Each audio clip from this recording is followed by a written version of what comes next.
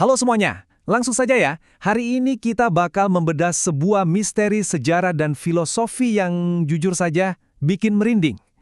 Bayangkan, bagaimana bisa sebuah kalimat yang sangat pendek, cuma beberapa kata, bisa memicu salah satu eksekusi paling tragis dan kontroversial dalam sejarah. Nah, di sesi pembahasan kita kali ini, kita akan bongkar tuntas misteri itu.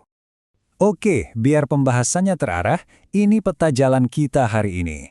Kita mulai dari misteri Ana al-Haq, lanjut ke konsep hululnya al-Halaj, lalu melihat cermin wahdatul wujud, membedah perbedaan paling mendasar di antara keduanya, dan terakhir, bagaimana semua ini mengubah cara kita memandang realitas kehidupan.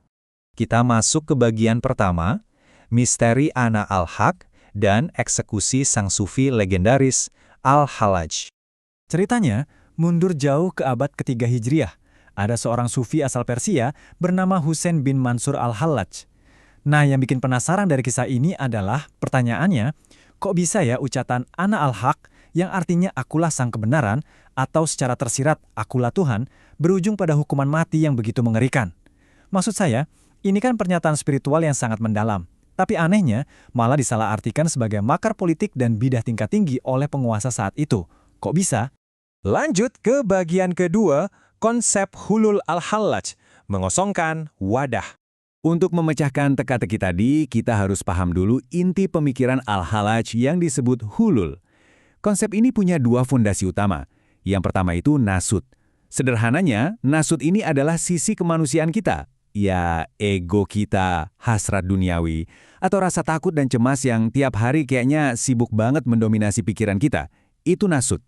Lalu yang kedua ada lahut. Lahut ini dimensi ketuhanan yang murni. Nah, menurut sumber yang kita bedah, tiap manusia itu sebenarnya sudah punya percikan ilahi di dalam dirinya karena Tuhan meniupkan rohnya sendiri ke dalam diri Adam. Jadi ibaratnya, dimensi suci ini tuh memang sudah tersembunyi di dalam diri kita semua. Terus gimana dong cara kerjanya si hulul ini? Gini, al-Halaj meyakini bahwa seorang sufi itu harus banget melewati yang namanya riyadah. Ini bukan latihan biasa ya, ini disiplin spiritual yang super ketat buat memantikan ego manusiawi kita tadi. Begitu ego atau nasutnya lenyap, wadahnya kan jadi kosong tuh. Nah, di titik itulah dimensi ilahi atau lahut masuk dan mengambil alih diri kita sepenuhnya. Analogi ini nih yang paling brilian buat menggambarkan apa yang dialami al-Halaj. Dia itu percaya pada jenis hulul yang disebut hulul saironi. Coba bayangkan, air yang diserap sama akar tanaman. Airnya kan benar-benar lenyap ke dalam tanaman, gak kelihatan lagi dari luar kan? Ego manusianya total hilang, yang tersisa dan terlihat cuma kehadiran ilahi. Beda banget sama hulul jawari, yang ibarat air di dalam gelas. Airnya kelihatan, gelasnya juga masih kelihatan. Tapi bagi al-Halaj, kemanusiaannya itu sudah lebur, hancur, tak bersisa. Makanya, kalau kita baca puisi-puisinya, semuanya jadi sangat masuk akal. Waktu dia teriak Ana al-Haq, itu tuh sama sekali bukan egonya yang lagi sombong. Enggak, wadahnya sudah benar-benar kosong. Jadi yang sedang berbicara lewat tubuhnya saat itu adalah Sang Pencipta sendiri. Masuk ke bagian ketiga, cermin wahdatul wujud, dari kacamata Ibnu Arabi. Sekarang mari kita beralih ke tokoh lain, yaitu Ibnu Arabi. Dia bawa ide ini ke level filosofi yang bisa dibilang jauh lebih radikal lewat konsep wahdatul wujud. Coba deh, bayangkan Anda berdiri di tengah-tengah ruangan yang semua dindingnya terbuat dari cermin. Dalam konsep ini, Tuhan adalah satu-satunya realitas sejati di tengah ruangan itu. Selain dia, semua yang Anda lihat di sekeliling itu cuma pantulan, cuma bayangan. Artinya apa? Manusia nggak perlu repot-repot mengosongkan wadah supaya Tuhan bisa masuk, kayak di konsep hulul. Alam semesta ini eksis sekedar sebagai manifestasi atau penampakan dari Sang Ilahi. Kita nggak pernah menjadi Tuhan. Kita ini cuma ada karena kita adalah pantulan bawaan dari satu-satunya realitas yang benar-benar eksis. Keren banget kan logikanya? Bagian keempat, perbedaan paling mendasar dari kedua filosofi ini. Kalau kita jejarkan berdampingan seperti ini, perpecahan filosofisnya kelihatan sangat jelas. Hulul itu butuh proses aktif. Ibaratnya kita harus ngosongin wadah dulu dari bawah supaya Tuhan bisa masuk dari atas. Sementara wahdatul wujud, kesatuan itu dari sananya memang sudah ada.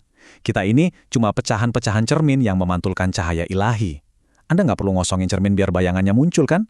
Bayangannya akan selalu ada secara alami selama ada sumber cahayanya.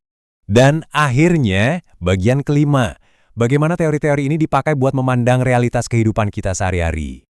Pertanyaan besarnya, emangnya teori super berat ini ngaruh ya ke kehidupan nyata seorang sufi? Oh jelas, dampaknya itu mirip banget sama kalau Anda lagi jatuh cinta setengah mati. Tahu kan rasanya?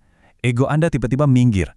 Apapun yang Anda pikirkan, Anda ucapkan atau Anda lakukan, semuanya murni cuma buat si dia. Kata aku perlahan melebur dan di kepala Anda yang tersisa cuma dia. Gara-gara state spiritual seperti ini, para praktisi sufi benar-benar kehilangan rasa takut atau cemas akan hal-hal duniawi. Mereka percaya 100% tanpa ragu sedikit pun sama skenario semesta. Dan ini nih dampak praktis yang paling indah menurut saya. Mereka mulai melihat wajah dan kehadiran ilahi di dalam setiap manusia yang mereka temui. Nggak peduli apa agamanya, statusnya, atau latar belakangnya. Karena bagi mereka, menyakiti orang lain itu sama saja dengan merusak pantulan dari Tuhan itu sendiri. Luar biasa ya. Sebagai penutup pembahasan kita kali ini, saya mau ninggalin satu pertanyaan provokatif buat Anda renungkan.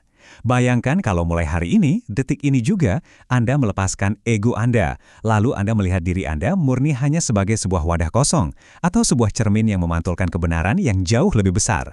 Kira-kira, seberapa berbedakah cara Anda memperlakukan orang-orang di sekeliling Anda hari ini? Coba pikirkan itu baik-baik. Sampai jumpa di pembahasan materi kita selanjutnya.